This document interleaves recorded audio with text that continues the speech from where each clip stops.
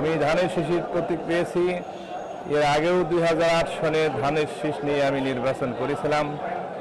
আমাদের কালীহাটিবাসী এই মুহূর্তে যদি বিভিন্নভাবে তথ্য নেন, সবার মুখে ধানের শীষ, মতিন ভাই ভালো মানুষ, ধানের শীষ এই ধরনের একটা প্রচারণা এলাকায় গেলে নিজেকে খুব আবেগপ্রবণ মনে হয়। সত্যি বোধহয় মানুষ মতিনকে, ধানের শীষকে ভালোবাসে।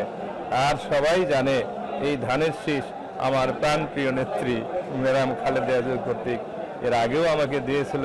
উনি মৃত্যুর আগেও আমার এই ধানের শীষ ইয়েটা দিয়ে গেছে। আজকে সেই ধানের শীষের প্রতীক পেলাম, খুবই নিজেকে গর্ববোধ করতেছি। আমি নির্বাচিত হলে ইতিমধ্যেই যে বিষয়গুলো সবচেয়ে বেশি আমার জন্য মনে হচ্ছে সেটা হলো বেকার সমস্যা। সেখানে প্রত্যেকটা ঘরে ঘরে বেকার সমস্যা। সেই বেকার সমস্যা সমাধানের জন্য আমি সর্বোচ্চ চেষ্টা করব। আমার এলাকায় বিশেষ করে যমুনা নদীর পূর্ব পার্শ্ব গেটওয়ে অফ নর্থ বেঙ্গলের সেই গেটওয়ের মধ্যে যদি শিল্প, কলকারখানা, কর্মসংস্থান হয়, এই ধরনের প্রতিষ্ঠা করার জন্য আমার একটা বড় টার্গেট এবং ইচ্ছা।